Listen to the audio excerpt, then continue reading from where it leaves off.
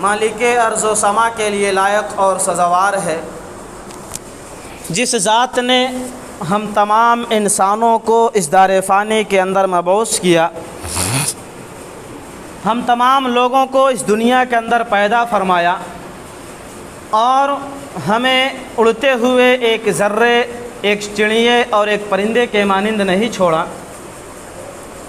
بلکہ ہماری رشد و ہدایت کے لیے، ہمیں صراط مستقیم پہ لانے کے لیے، ہم تمام لوگوں کو سیدھا راستہ دکھلانے کے لیے وقتاً فوقتاً نبیوں اور رسولوں کو بھیجتا رہا۔ جو ذات ہم سب کا خالق، مالک اور رازق ہے، جس رب کے سامنے ہم سجدہ ریز ہوتے ہیں، اپنے ماتھے کو ٹیکتے ہیں، اپنے ہاتھوں کو اٹھاتے ہیں، جو ذات علی کل شیء قدیر ہے، بعدہ درود و سلام کے بے شمار پھول نچھاور ہوں۔ جملہ کرام تمام انبیاء کرام علیہم السلام و تسلیم پر، خصوصاً نبیوں کے آخری نبی، نبیوں کی آخری کڑی، خاتم النبیین، سید المرسلین، شفیع المذنبین، رحمۃ للعالمین، شافع محشر، جناب محمد الرسول اللہ صلی اللہ علیہ وسلم کی ذات گرامی پر، برادران اسلام، حاضرین جمعہ، میرے پیارے بھائیوں اور ساتھیوں، آج کے خطبہ جمعے کا موضوع اسلامی بھائی چارہ۔ حاضرین جمعہ،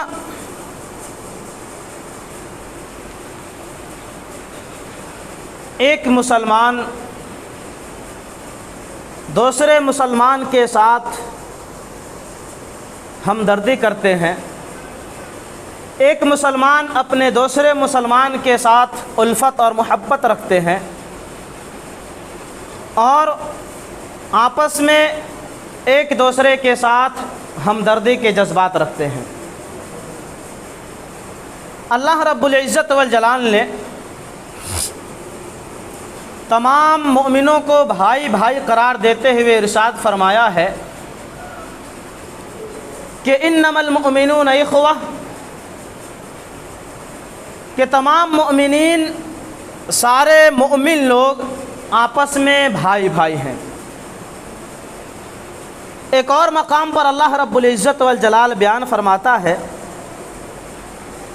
والمؤمنون والمؤمنات بعضهم اولیاء بعض یأمرون بالمعروف وینہون عن المنکر ویقیمون الصلاة ویؤتون الزکاة ویطیعون اللہ ورسولہ اولئک سیرحمہم اللہ ان اللہ عزیز حکیم، کہ مؤمن مرد اور مؤمنہ عورتیں باہم آپس میں ایک دوسرے کا معاون، ایک دوسرے کے لیے مددگار ہیں۔ وہ لوگوں کو نیکی کی طرف دعوت دیتے ہیں،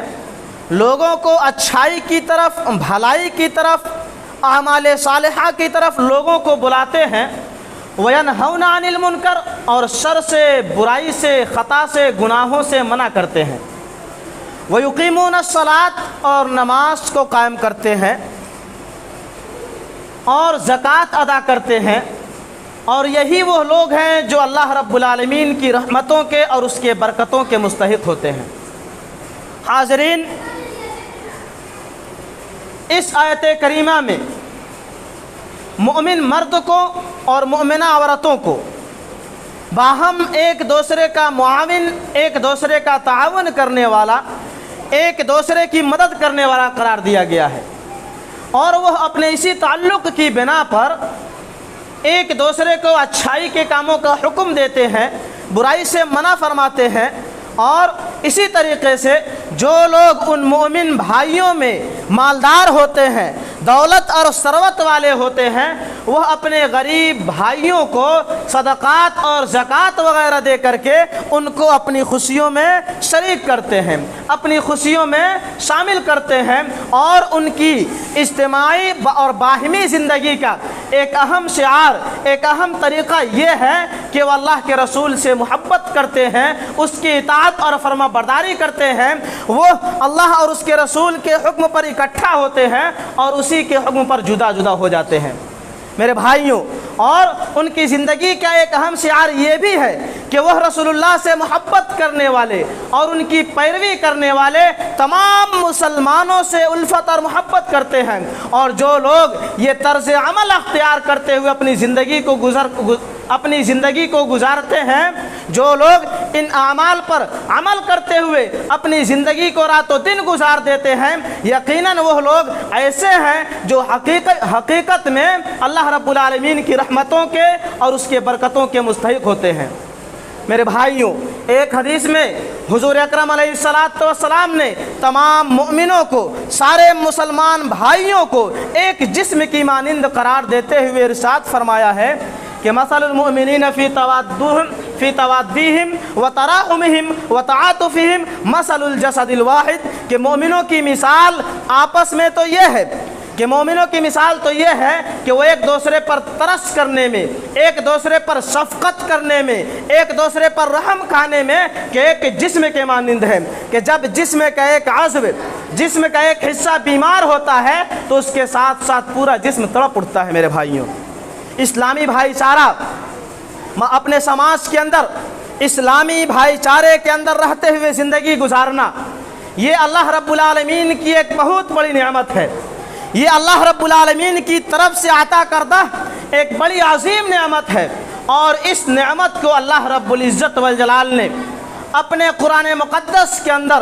خاص طور پہ ذکر فرمایا ہے۔ اللہ رب العالمین بیان فرماتا ہے کہ وَاعْتَصِمُوا بِحَبْلِ اللَّهِ جَمِيعًا وَلَا تَفَرَّقُوا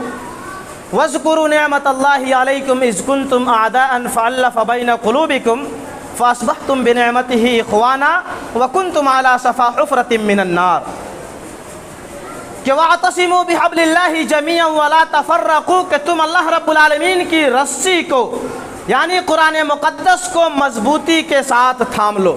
اللہ رب العالمین کی رسی کو مضبوطی سے پکڑے رہو۔ وَاذْكُرُوا نِعْمَةَ اللَّهِ عَلَيْكُمْ، اور تم اپنے اوپر اللہ رب العالمین کی نعمت کو یاد کرو، اِذْ كُنْتُمْ أَعْدَاءً، جب کہ تم ایک دوسرے کے دشمن بنے ہوئے تھے، ایک دوسرے کی گردنیں کاٹا کرتے تھے، ایک دوسرے کو قتل کر دیا کرتے تھے اور ایک دوسرے کے دشمن بنے ہوئے تھے۔ فَأَلَّفَ بَيْنَ قُلُوبِكُمْ، تو اللہ رب العالمین نے تمہارے دلوں میں، تمہارے قلب میں الفت اور محبت پیدا فرما دی۔ فَأَصْبَحْتُمْ بِنِعْمَتِهِ إِخْوَانًا، تو تم اس کے فضل و کرم سے بھائی بھائی بن گئے۔